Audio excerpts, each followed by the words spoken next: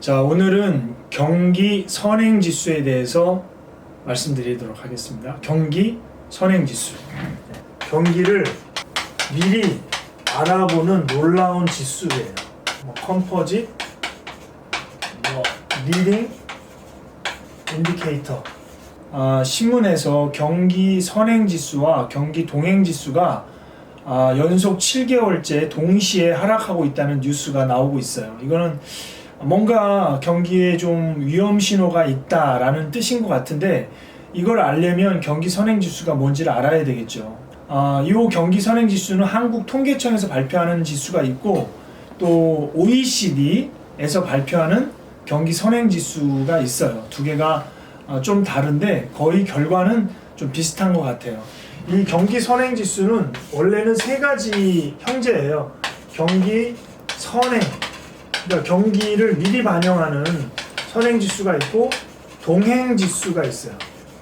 현재 상황의 경기를 이야기해주는 동행지수가 있고, 후행지수가 있어요. 후행지수. 6개월에서 한 10개월 후에 경기가 좋아질지 안 좋아질지를 알 수 있다는 거예요. 어떻게 미래를 예측하는 지표니까 굉장히 중요하겠죠. 투자를 한다거나 뭔가 집을 산다거나 아니면 어떤 결정을 할 때 경기가 좋아질지 안 좋아질지를 아는 거는 굉장히 중요한 얘기니까. 보통 그래서 이 경기 선행지수가 100 이상으로 올라간다 이렇게 되면 상승, 경기 상승이라고 하고, 이거는 확장 국면이라고 합니다. 경기가 좋아지는 거죠. 100 이하로 떨어지면 하강한다 이렇게 봐요. 그래서 제일 중요한 건 뭐냐면 100 이상 올라가는 것도 중요하고 100 이하로 내려가는 것도 중요한데, 더 중요한 건 추세예요. 추세. 무슨 얘기냐면 지난달 매월 발표하는데 지난달보다 경기 선행지수가 올라갔다 든가 아니면 내려갔다, 근데 지난달보다 또 내려갔다, 계속 연속으로 내려갔다, 이 추세가 굉장히 중요한 거예요.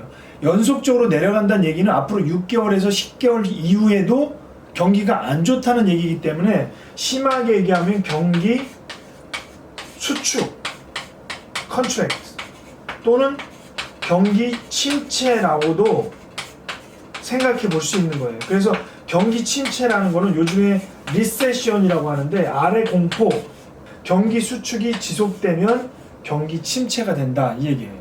경기 선행지수를 구성하고 있는 8개, 그러니까 국내 통계청은 8개 지표를 쓰고요. 평균 내는 거죠. 가중평균 내는 거야. 그 다음에 OECD에서는 6개를 가중평균 하는데, 도대체 뭐를 가중평균 하느냐, 뭘 가지고 이 경기 선행지수를 만드느냐, 이게 되게 중요하죠. 첫째가 코스피예요. 코스피. 코스피는 뭐예요? 한국 종합주가지수죠. 종합주가지수는 대표적인 선행지수인데, 이게 코스피가 올라가면 경기가 좋아지는 거죠. 6개월 후를 보통 반영하니까. 그래서 종합지수가 올라가면 경기가 좋아진다 이렇게 생각하는 거예요. 두 번째는 장단기 금리차. 장기 금리는 보통 5년물 국채 금리, 5년물 국채 이자. 단기 금리는 콜금리, 은행에서 하루마다 빌려주는 금리. 이 콜금리와 그 다음에 5년물 국채 금리, 이게 장기니까 이게 더 높아야 되잖아요. 그래서 단기보다 장기가 높으면, 금리 차이가 많이 나면 선행지수가 높은 거니까 경기가 좋아진다라는 거고, 금리 차이가 적어지거나 역전이 되면 떨어지는 거니까 경기가 안 좋다, 이렇게 얘기할 수 있는 거죠. 세 번째는 구인 구직 비율이야. 구인 구직 비율. 직업을 구하려는 사람은 100명인데 사람을 모집하는 데는 1000명이다. 경기가 좋은 거지. 그렇죠? 여기가 구인이고 여기가 구직인데, 직업을 구하는 사람보다 사람을 구하려는 사람이 여기가 많으면, 구인 구직 비율이 높으면 경기는 좋아진다. 반대면 내려간다 이거겠죠. 네 번째가 소비자 기대지수. 소비자들이 6개월 후에 생활 형편이 좀 어떠실 것 같아요? 이렇게 이제 설문을 조사하는 거예요. 외식을 할 것 같아요? 안 할 것 같아요? 경기가 좋아진다 그러면 좋아지는 거, 올라가는 거고, 안 좋아진다 그러면 안 좋아지는 거예요. 이 소비자 기대지수 반영한다. 여기까지가 보통 비제조업, 그러니까 제조업하고 관련 없는 비제조업 관련된 지표고요. 지금부터 얘기하는 4개의 지표는 제조업과 관련된 지표예요. 그래서 첫 번째 건설 수주액.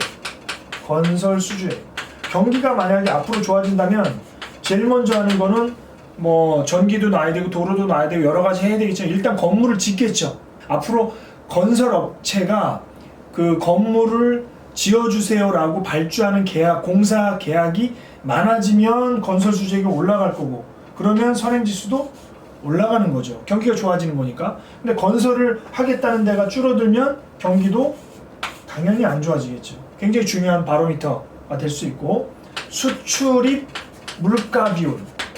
내가 수출을 1개를 할 때 그 수출 1개 가지고 수입을 몇 개를 하느냐. 예를 들어 내가 이 분필을 수출을 하는데 이 분필, 하얀 분필 1개를 수출해서 빨간 분필, 노란 분필 2개를 내가 수입할 수 있어.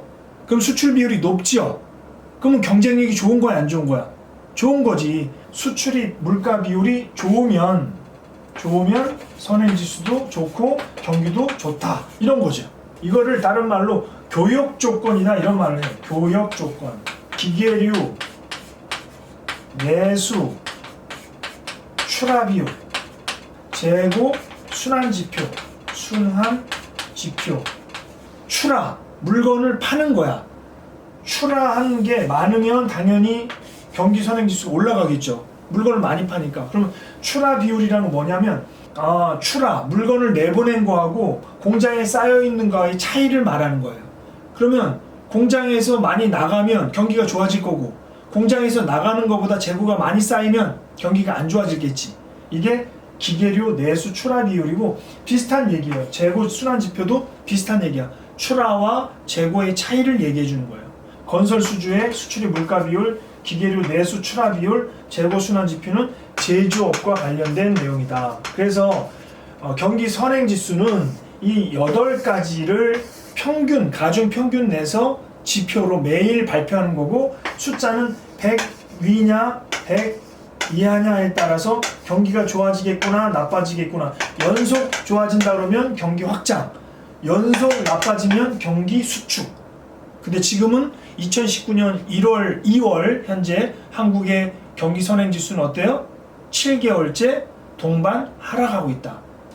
결국은 앞으로 6개월, 그러니까 한 올 8월, 9월, 10월에는 경기가 지금보다 안 좋아질 거다라는 거를 우리는 예측할 수 있다는 거예요. 그래서 세계의 많은 투자자들은, 그리고 한국은행의 정책 금리 담당자들은 이 경기 선행지수를 가지고 금리를 올릴까 말까를 또 결정하는 아주 중요한 지표가 된다.